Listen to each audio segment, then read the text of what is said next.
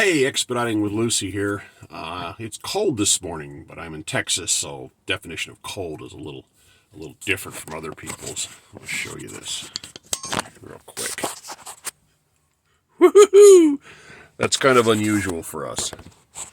But I wanted to give a quick add-on to an earlier video about shipping and receiving.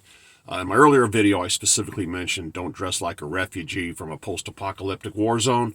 But also, what to do when you go to shipping and receiving is important. Now, you'll go to, let's just say, Acme Corp. It's a single building. You pull up, and it doesn't have a security guard, because if they have a gate and a guard, they'll obviously tell you where to go.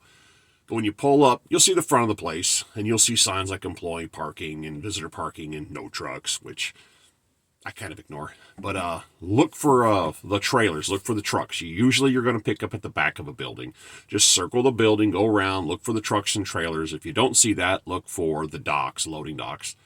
And make note of where the ramp is located, because obviously you can't use a dock because your van's not big enough for it, not tall enough. And if you don't see a ramp, look for a side door that's got a rolling door. Kind of just take note of where you are. You pull in, drive back by the docks, look around. There will be a door, usually with a staircase. And sometimes it'll say driver entrance or something to that effect. Sometimes it doesn't say anything at all.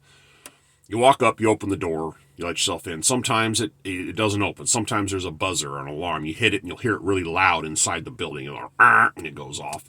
Other times there's a call box. You open it and there'll be a sign that says, dial, channel 7 or number 7 or whatever. And other times it just picks up. It just rings and it picks up. And when you walk in on a pickup, the first thing you want to say is, hey, I'm an expediter. And if nothing else, it psychologically prepares them. It kind of lets them know you're in a hurry. You're going. It also tells them you're there for something small. You're not there to load an entire truck. It just kind of, you're priming the pump that, hey, I'm an expediter. That gives them a sense of urgency. It's kind of psychological that it works. You get your load, you load up, thank everybody, strap it down, do your paperwork, blah, blah, blah. Okay, now you're going to the receiver. Same thing. You pull in, and sometimes, for some strange reason, shipping and receiving will be two different departments. You will literally go someplace and it says, receiving. Oh, okay. Well, that's not shipping. Shipping's the other side of the building, which it doesn't really make sense. But again, if you don't have a gate guard or someone to tell you where to go, circle the building, look for the trucks, look for the trailers, walk in, first words out of your mouth. Hey, I'm an expediter, I got a drop for you. That kind of primes the pump. People move quicker. They will help you a little fast. And be friendly, be upbeat. I mean, it really does help.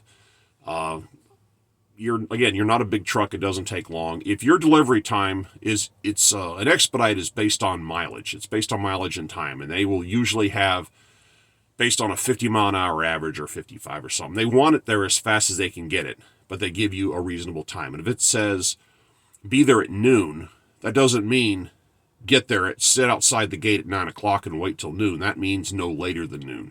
If you can get that load in there faster, do it. Show up earlier, show up, if you're there at 9, get there at 9. Believe me, they will appreciate it. They will never say, gee, come back later, you're not due till noon. That doesn't happen. And sometimes they can be very, very appreciative of you being there. I delivered an electric motor to it was a cannery, I think, in central Kansas. And I got there like 3 hours early, and the guy was just, thank you very much. And he said, we're losing $10,000 an hour in production waiting on this part. So they were very excited that I got there early. And it gets that load in the done category, and it gets you back on the board for another load. It helps everyone. And as I said, don't dress like a refugee. But be upbeat, be friendly, and the first words out of your mouth is, hey, I'm an expediter. I mean, I've got to pick up or a drop. Because that does help, I've noticed. And always be friendly. Don't be, downtrodden, tired, mad at the world, because a lot of drivers do that, and you could just feel it. And I've watched the employees in front of me dealing with other people, and they're just kind of, they get to me, and I'm like, hey, just be real happy, and then they light up, and then everything just goes smoother. That just went off. All right, well, this was expediting with Lucy. I just had my little advice for the day, and I'll catch up with you later.